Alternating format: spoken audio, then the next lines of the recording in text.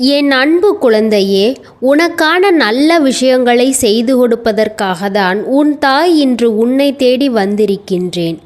என் அன்பு பிள்ளைக்கு வாழ்க்கையில் உள்ள கவலைகளும் உன்னை சுற்றி இருக்கக்கூடிய கஷ்டங்களும் தீரப்போகின்ற இந்த நேரத்தில் உன் தாயானவள் உன்னை சந்தித்து உனக்கு ஒரு முக்கியமான செய்தியினை சொல்ல வந்திருக்கின்றேன்.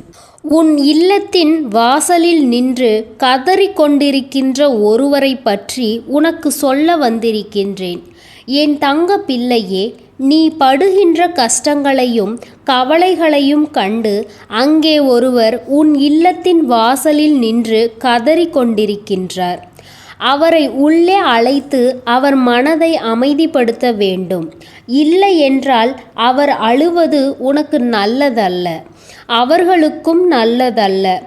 என் பிள்ளையே, இந்த தாய் உன்னிடத்தில் ஒரு செய்தியை கேட்கின்றேன் என்றால் அந்த செய்திக்கு பின்னால் இருக்கின்ற நோக்கம் என்னவென்று நீ தெரிந்து கொள்ள முயற்சி செய்ய வேண்டும். அது மட்டுமல்லாமல் என் பிள்ளையே, நான் உன் இல்லத்தின் வாசலில் நின்று ஒருவர் கதறி அழுது கொண்டிருக்கிறார் என்று சொன்னேன் அல்லவா? என் அன்பு பிள்ளையே, உன் தாயானவள் உன் இல்லத்தின் வாசலில் நின்று ஒருவர் கதறி அழுகிறார் என்று அத்தனை எளிதாக சொல்லிவிட முடியுமா என்று நீ யோசிக்கின்றாயா? யோசிக்காதே என் கண்ணே. உன் தாயானவள் இதை கண்ணார கண்டு இது உன்னுடைய வாழ்க்கையில் நடப்பது நல்லதல்ல என்பதை உணர்ந்துதான் உன்னிடத்தில் இதை சொல்ல வந்திருக்கின்றேன். என் குழந்தையே, சில விஷயங்கள் உன்னை சுற்றி நடப்பதை நீ அறியாமல் இருக்கின்றாய். அதைதான் உனக்கு நான் எடுத்து சொல்ல வந்திருக்கின்றேன். உன் இல்லத்தின் வாசலில் சில நாட்களாக ஒருவர் வந்து கதறி அழுகின்றார். அதற்கு காரணம் என்ன தெரியுமா? நீ படுகின்ற ஒவ்வொரு கஷ்டங்களையும் அவர்களால் காண முடியவில்லை. அதாவது உனக்காக வேதனைப்பட்டு அவர்கள் அங்கு கதறி அழுது கொண்டிருக்கின்றார்கள். ஆனால் நீ இதுவரை அவர்களை உன்னுடைய இல்லத்திற்குள் அழைக்கவில்லை. இப்போது அதற்கான நேரம் வந்துவிட்டது. எப்படி அழைக்க வேண்டும் என்பதை உன் தாய் நான் சொல்கின்றேன். அவர்களுக்கு நீ என்ன செய்தால், நீ எதை செய்தால் அவர்களின் மனது சாந்தி அடையும் என்பதையும் உன் தாய் நான் இன்று சொல்ல போகின்றேன். என் குழந்தையே, அதை நீ நிச்சயமாக கவனமாக கேட்க வேண்டும். அப்பொழுதுதான் உன்னால் உன் வாழ்க்கையின் அர்த்தம் என்னவென்று புரிந்து கொள்ள முடியும். வீட்டின் உள்ளே கிடந்து வெளியே நடக்கின்ற விஷயங்கள் தெரியாமல் இருக்கின்றாய் அல்லவா? இது போன்ற சில விஷயங்களை நீ நிச்சயமாக தெரிந்து வைத்திருக்கத்தான் வேண்டும். உன் எதிர்கால வாழ்க்கையும் இதில் அடங்கி இருக்கின்றது என்பதை நீ புரிந்து கொள்ள வேண்டும். என் குழந்தையே, சில நாட்களாகவே உன் வாழ்க்கையில் நடக்கின்ற பிரச்சனைகள் எதுவுமே உன்னால் சரி செய்ய முடியாததாக இருக்கின்றது. எத்தனைதான் நீ முயற்சி செய்தாலும் உன்னால் அதனை சரி செய்ய முடியவில்லை. உன்னால் பழைய நிலைக்கு வரவும் முடியவில்லை. இத்தனை பிரச்சனைக்கும் என்னதான் தீர்வு இருக்கிறது என்று தெரியாமல் நீ விழிபிதுங்கி நிற்கின்றாய். இப்படி நீ விழிபிதுங்கி நின்று கொண்டிருப்பதற்கு தீர்வாகத்தான் உன்னுடைய வீட்டிற்கு வெளியே நிற்பவர்களை நீ வீட்டின் உள்ளே அழைக்க வேண்டும். நீ எப்பொழுது அழைக்க வேண்டும் என்பது பற்றி நான் உனக்கு சொல்லப் போகின்றேன். என் அன்பு பிள்ளையே, உன் வாழ்க்கையில் நடக்கின்ற பிரச்சனைகள் எதுவுமே உன்னால் சரி செய்ய முடியாததாக இருக்கின்றது அல்லவா? எத்தனைதான் நீ முயற்சி செய்தாலும் உன்னால் அதனை சரி செய்யவும் முடியவில்லை என்ற கவலை உனக்கு திரும்ப திரும்ப வந்து கொண்டே இருக்கின்றது. அது உன்னை வாட்டி வதைக்கிறது அல்லவா? உன் இல்லத்தின் வாசலில் நின்று கதறிக்கொண்டிருப்பவர் வேறு யாரும் இல்லை. சமீபத்தில் உன்னை விட்டு பிரிந்த உன் வீட்டில் இருக்கின்ற ஒருவர்தான். அதுவும் வயது சற்று அதிகமான ஒருவர்தான். சிலருக்கு சிறு வயதில் இருக்கின்றவர்களும் இறந்திருக்கிறார்களே என்று சொல்வாயானால், சிறு வயதில் இருக்கிறவர்கள் உன்னுடைய குடும்ப பாரத்தை தூக்கி சுமந்தவர்கள் இல்லை அல்லவா? அதனை நீ முதலில் புரிந்து கொள்ள வேண்டும். உன் இல்லத்தில் இறந்து போன ஒருவர் உன் குடும்பத்தை தாங்கி நிற்கின்ற ஒருவர்தான் உன் இல்லத்தின் வாசலில் நின்று கதறி அழுகிறார். அன்று என்ன பிரச்சனையாக இருந்தாலும் தனியாக நின்று சமாளித்த ஒருவர் இன்று அவர் இல்லாமல் தன்னுடைய குடும்பத்தில் இருக்கின்ற அத்தனை பேரும் படுகின்ற கஷ்டத்தை கண்டு மிகுந்த வேதனைப்பட்டு கொண்டிருக்கின்றார். ஒரு சிறிய விஷயத்தை கூட சமாளிக்க முடியாமல் நீங்கள் திணறிக் கொண்டிருப்பதை காண்கிற போது அவர்களுக்கு மிகுந்த மனவேதனையை அளிக்கிறது. அன்றே நாம் இவர்களுக்கு எல்லாவற்றையும் கற்றுக் கொடுத்திருக்கலாம். இந்த வேதனையை பற்றி, இதை கடந்து போவதை பற்றி அவர்களுக்கு உணர்த்தியிருக்கலாமே. நம்முடைய பாதுகாப்பு இள வயதிற்குள் அவர்களை வைத்துவிட்டு இன்று அவர்கள் படுகின்ற கஷ்டத்தை நம்மால் காண முடியவில்லையே என்று அவர்கள் தேம்பி அழுது கொண்டிருக்கின்றார்கள்.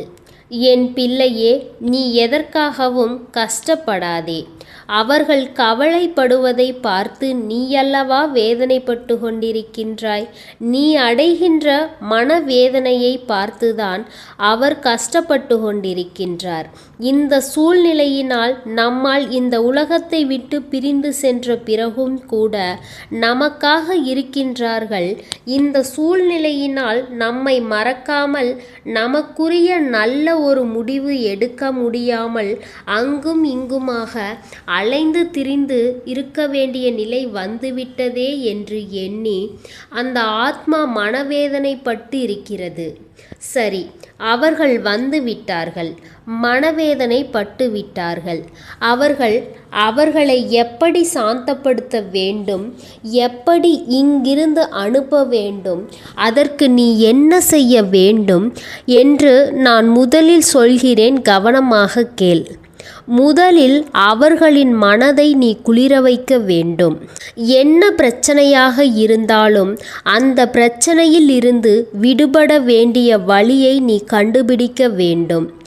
எந்த சூழ்நிலையிலும் யாருடைய உதவியையும் நீ நாடாமல் நிச்சயமாக உன்னால் முடிந்த உதவிகளை மற்றவர்களுக்கு செய்து நீ உன் சொந்த காலில் நிற்க வேண்டும். நம் வாழ்க்கையில் நாம் அடுத்த கட்டத்தை நோக்கி நகர்ந்து செல்ல வேண்டும் என்பதை நீ உணர்ந்து உனக்கான நல்ல விஷயங்களை பெறுவதற்காக முயற்சிகளை நீ செய்ய வேண்டும். அது அவர்களுக்கு மிகுந்த ஆறுதலையும் கொடுக்கும், மன நிம்மதியையும் கொடுக்கும். குடும்பத்தில் இருக்கின்ற அத்தனை பேரும் கஷ்டங்கள் இன்றி மகிழ்ச்சியோடு வாழ வேண்டும். அனைவரின் முகத்திலும் சந்தோஷத்தை காண வேண்டும் என அவர்கள் விரும்புகின்றார்கள். அவர்கள் இருக்கும் பொழுது குடும்பத்தில் இல்லாத சண்டை சச்சரவுகள் எல்லாம் இப்பொழுது நடந்து கொண்டிருக்கின்றது.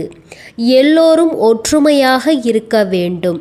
எந்த ஒரு விஷயமாக இருந்தாலும் ஒருவருக்கொருவர் கலந்து பேசி அந்த விஷயத்தில் நல்ல முடிவினை தேட வேண்டுமே தவிர ஒருபொழுதும் யாரும் யார் மேலேயும் குற்றம் சொல்லக்கூடாது, காயப்படுத்தியும் விடக்கூடாது. இனிமேல் அவர்களை உள்ளே எப்படி அழைப்பது என்று சொல்லப் போகின்றேன். இனி வருகின்ற அமாவாசை திதி என்று அவரை உள்ளே அழைத்து படையல் படைத்து அவர்கள் மனதை குளிர வைக்க வேண்டும். அதனால் அந்த நாள் வரும் வரை காத்திருக்காமல் அதற்கு முன்பாக உன் வாழ்க்கையில் ஏதேனும் ஒரு நல்ல விஷயத்தை சாதித்து விட வேண்டும். நாங்கள் நிச்சயமாக செய்வோம். உங்கள் வழிகாட்டுதல் படி நாங்கள் நிச்சயமாக வாழ்ந்து காட்டுவோம். அதனால் நீங்கள் உங்களுக்குரிய இடத்தில் நிம்மதியாக சென்று சேருங்கள் என்று அவர்களிடம் சொல்லி வழி அனுப்ப வேண்டும். என் குழந்தையே, ஒரு குடும்பம் என்பது ஒருவர் பிறந்து விட்டாலோ அல்லது இறந்து விட்டாலோ தன்னந்தனியாக தவிர்த்து நிற்கக்கூடாது. யார் இறந்தாலும் அது குடும்பம் அல்லவா? அந்த குடும்பம் நல்லபடியாக நடக்க வேண்டும், நல்லபடியாக நீங்கள் வாழ வேண்டும் என்று எப்பொழுதும் ஒற்றுமையாக இருக்க வேண்டும். எல்லோரும் அப்படிதான் இங்கே வாழ்ந்து கொண்டிருக்கின்றார்கள்.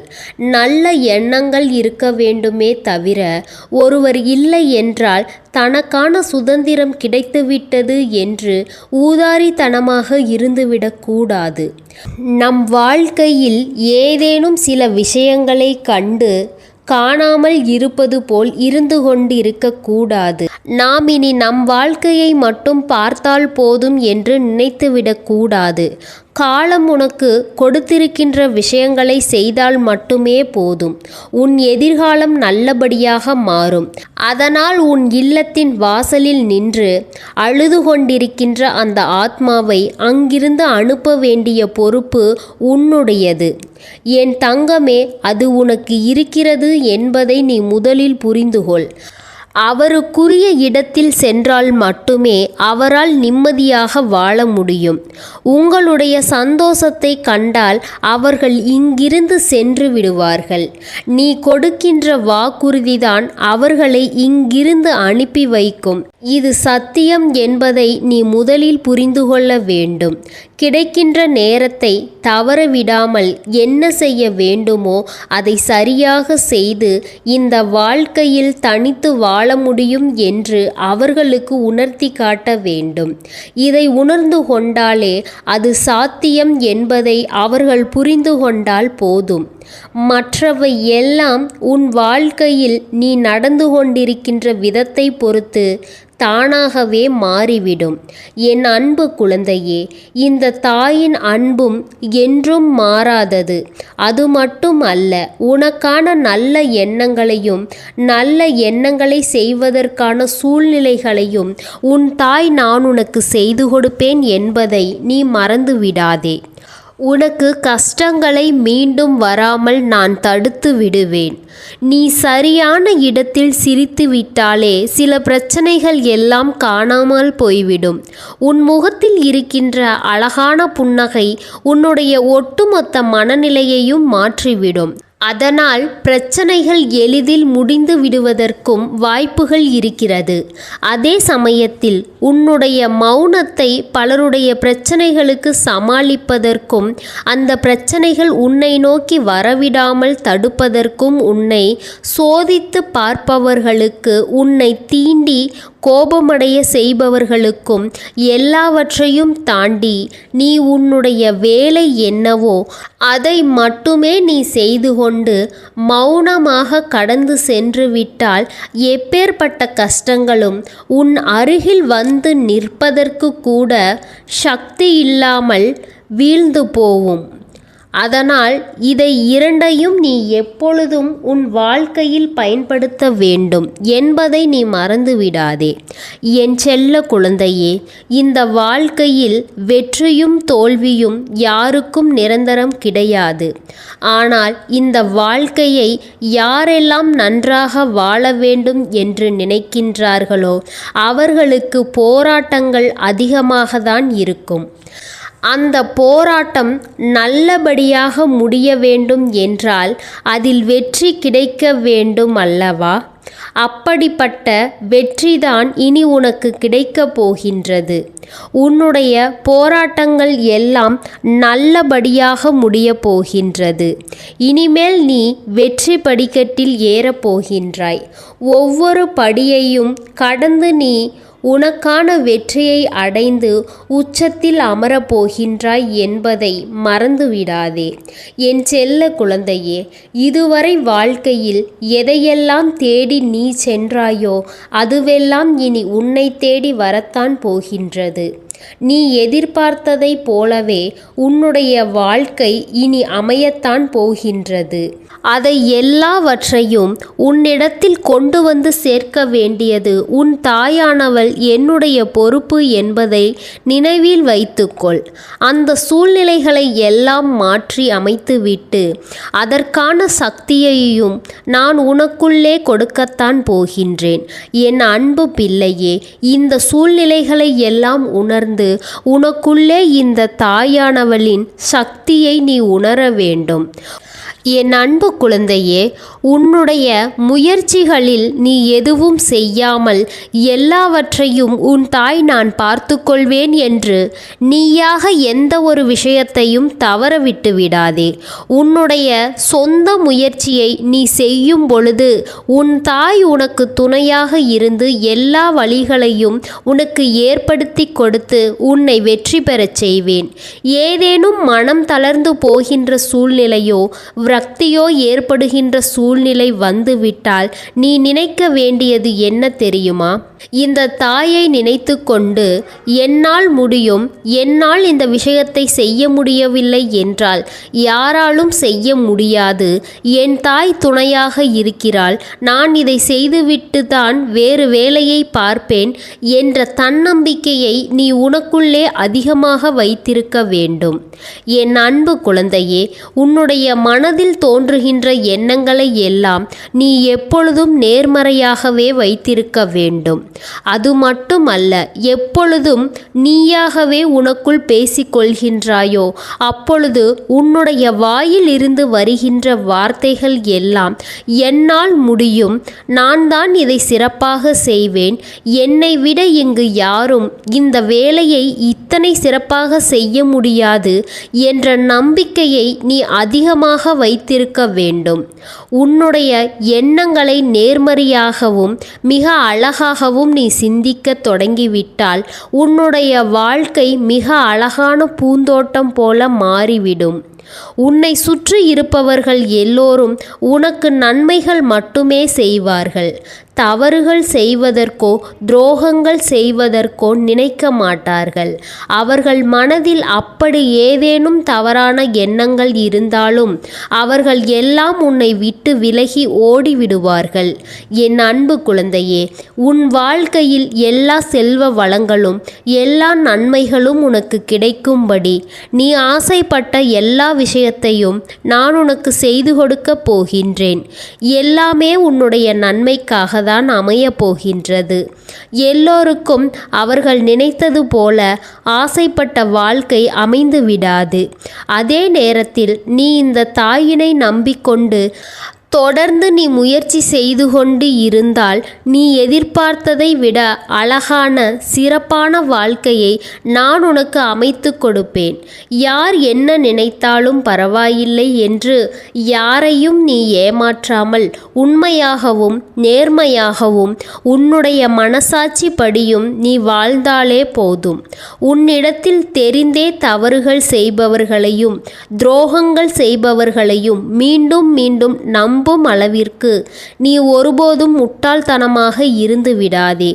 என் செல்லமே, அப்படிப்பட்டவர்களிடமிருந்து நீ விலகி இருந்து அவர்களுக்கான அந்த தவறினை உணர்த்த வேண்டும்.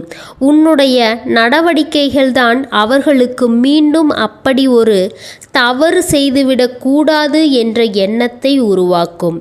என் தங்கமே, அது உனக்கு பாதுகாப்பாகவும் இருக்கும் என்பதை நினைவில் வைத்து கொள்ள வேண்டும். எதிரியாக இருந்தாலும் சரி அல்லது உன்னை அலட்சியம் செய்யும் குடும்ப உறவுகளாக இருந்தாலும் சரி, அவர்களுக்கு எப்போதும் நீ மௌனத்தை மட்டுமே பதிலாகவும் பரிசாகவும் கொடு. விரைவில் உன் வாழ்க்கை மாறும் அல்லவா? அப்போது எல்லாவற்றையும் அவர்களாகவே உணர்ந்து கொள்வார்கள். எப்பொழுதும் நீ மற்றவர்களிடத்தில் நன்றி உணர்வோடு இருந்து கொண்டால் அதுவே உனக்கு எல்லா நன்மைகளையும் கொண்டு வந்து கொடுக்கும். என் அன்பு குழந்தைக்கு இந்த தாயினுடைய ஆசீர்வாதங்களும் அன்பும் துணையும் என்றென்றைக்கும் முழுமையாக கிடைத்து கொண்டே இருக்கும்.